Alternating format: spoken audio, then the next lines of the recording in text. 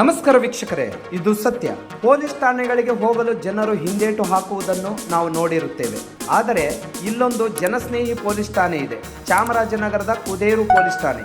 ಈ ಠಾಣೆ ರಾಜ್ಯದಲ್ಲಿ ಅತ್ಯುತ್ತಮ ಹಾಗೂ ದೇಶದ 5ನೇ ಉತ್ತಮ ಪೊಲೀಸ್ ಠಾಣೆ ಎಂಬ ಹೆಗ್ಗಳಿಕೆಗೆ ಪಾತ್ರವಾಗಿದೆ. ಜನಸ್ನೇಹಿ ಕಾರ್ಯಗಳು, ಅಪರಾಧ ಚಟುವಟಿಕೆಗಳ ನಿರ್ವಹಣೆ, ಠಾಣೆಯಲ್ಲಿ ಉತ್ತಮ ಮೂಲ ಸೌಕರ್ಯ, ಪೊಲೀಸರ ಕಾರ್ಯವೈಖರಿ ಬಗ್ಗೆ ಜನರ ಪ್ರತಿಕ್ರಿಯೆ ಸೇರಿದಂತೆ ಹಲವು ಮಾನದಂಡಗಳ ಆಧಾರದ ಮೇಲೆ ಕೇಂದ್ರ ಗೃಹ ಇಲಾಖೆ ಈ ಸಮೀಕ್ಷೆ ನಡೆಸಿತ್ತು.